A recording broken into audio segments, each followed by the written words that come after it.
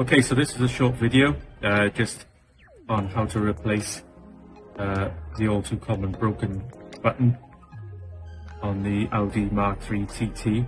So this is for the smoked fascia button, more commonly found with the climate control and the comfort pack. So let's get into it. So I've designed and made this, which is very much like the first version I did, but it just incorporates the front disc with the emblem of the seat on it. So this is all one piece now, so you don't need the disc, because a lot of people were saying that they were breaking the disc trying to get it off the back. So all you need to do is, obviously you'll have this piece anyway because it's already fallen out. You just take the front off just by pulling up these clasps. Difficult to do, but that'll come out.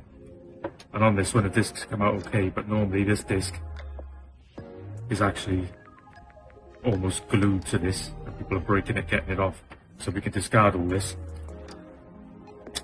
Well, I say discard, you have to pull out the lens first.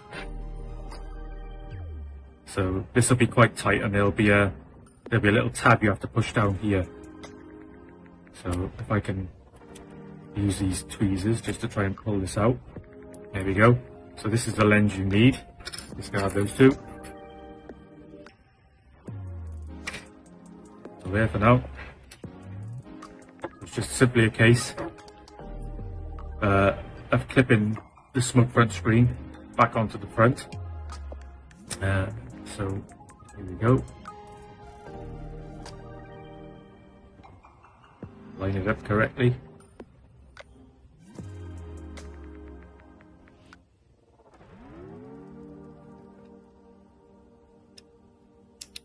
There we go. So that's on.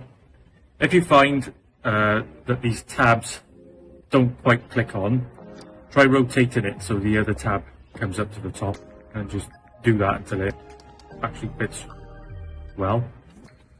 And for the back, you simply slot the lens into the back. What you'll find is this is quite loose in the back, so as you turn it upside down to fit it in, it might fall out. So what you can do is use a little bit of Pritt stick. I'm just going to use a little bit of silicone grease just to create a little something for it to stick in and it won't fall out. You don't need anything major. There you go. Just create a little bit of stiction. Now before you put this back in,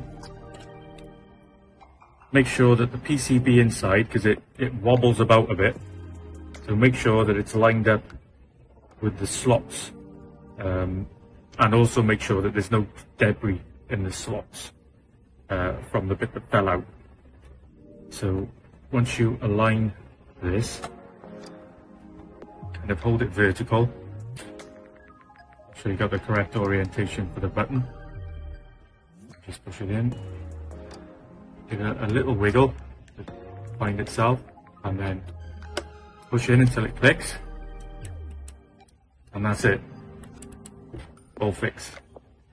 Thank you very much.